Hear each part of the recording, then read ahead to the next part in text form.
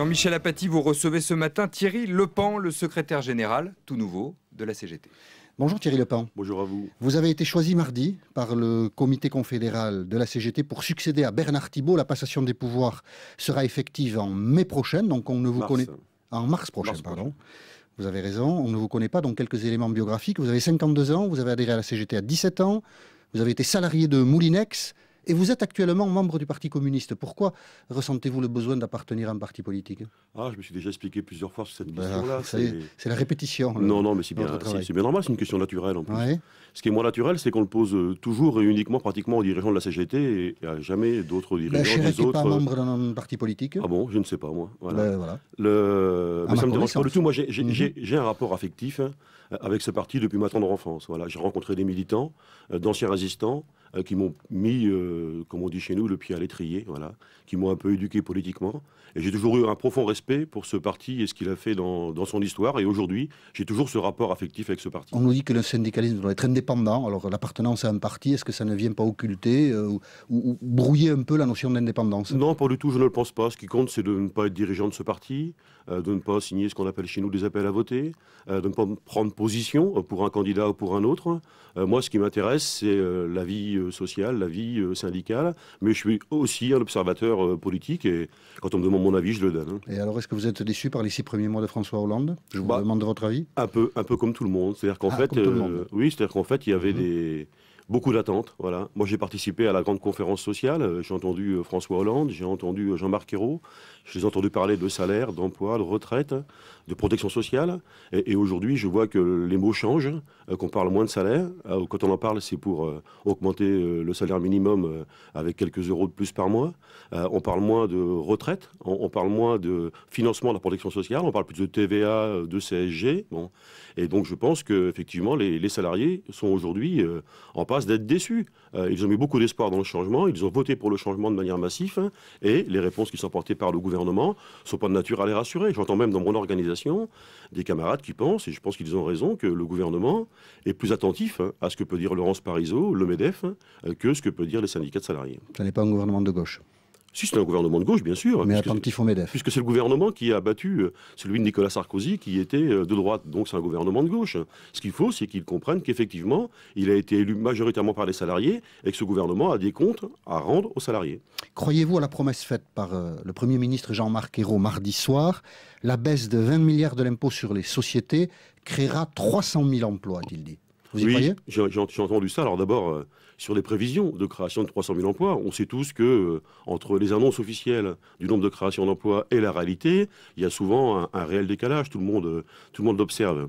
Et puis ensuite, quand on regarde les sommes, c'est 20 milliards pour créer 300 000 emplois, ça fait environ 70 000 euros l'emploi, quoi. Bon, au moment même où on nous dit que les fonctionnaires coûtent trop cher.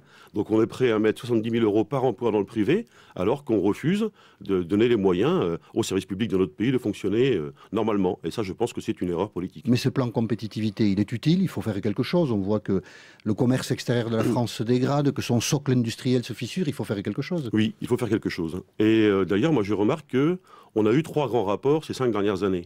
Il y a eu le rapport de la Cour des comptes, il y a eu le rapport du Conseil d'orientation pour l'emploi, et il y a quelques mois seulement, le Conseil économique, social, environnemental a émis un rapport sur quelles sont les conditions d'une compétitivité en France et en même temps en Europe.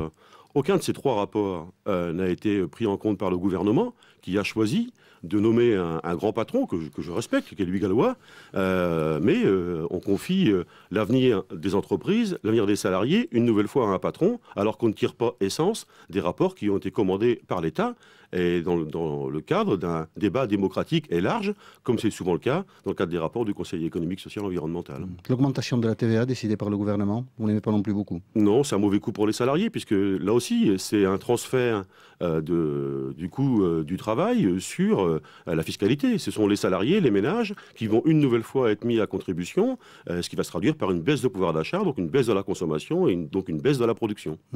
Vous n'aimiez pas beaucoup le précédent gouvernement et celui-ci, quand on vous écoute, Thierry Lepan, puisque vous allez bientôt diriger la CGT, on n'a pas non plus l'impression que vous le portez beaucoup dans votre cœur. Hein. Mais je vais vous dire franchement, c'est pas une histoire d'amour.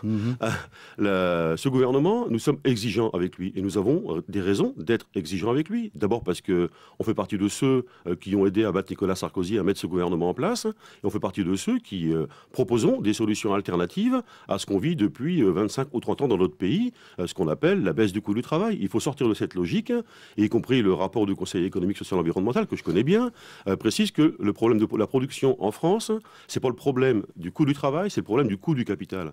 Et c'est une vraie question à laquelle nous voulons nous heurter pour changer les conditions de production et faire en sorte que les salariés, qui ont mis beaucoup d'espoir dans ce gouvernement, puissent vivre mieux. Vous serez un dirigeant difficile pour le gouvernement, Thierry Lepant. Difficile, je ne sais pas, mais... Dirigeant de la CGT, difficile pour le gouvernement. Oui, difficile, je ne sais pas, mais exigeant, oui. Moi, je pense que ce gouvernement qui a fait une campagne sur les salaires, sur l'emploi, sur la retraite, sur les jeunes, doit respecter les engagements qu'il a pris devant le peuple français. Ma crainte, et c'est une crainte qui fait la transition entre le syndicaliste que je suis, mais aussi l'observateur politique que je suis, c'est que si ce gouvernement ne réussit pas à changer le monde dans lequel nous sommes, je vois déjà quelques voix, notamment au Front National, qui se présentent déjà aujourd'hui comme étant en recours, à la fois à l'époque de Nicolas Sarkozy et en même temps à l'époque de François Hollande.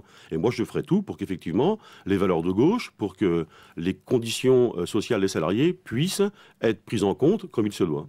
La transition entre Bernard Thibault et vous, Thierry Lepant, s'est mal passée à la CGT. Non. Si. Bon, non. Si, vous ne pouvez pas dire qu'elle s'est bien passée.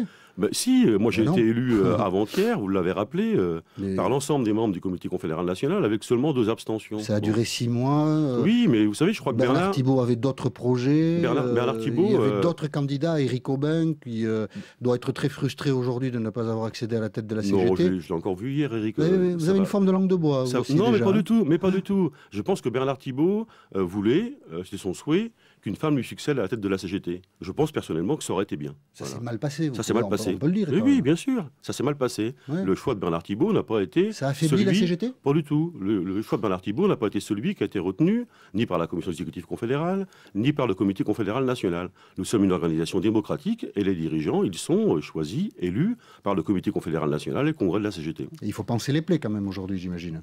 Oui, mais notre volonté, c'est de travailler ensemble. Et moi, toute mon énergie va être consacrée au travailler ensemble. Ce qui nous guide, c'est l'intérêt des salariés et pas autre chose.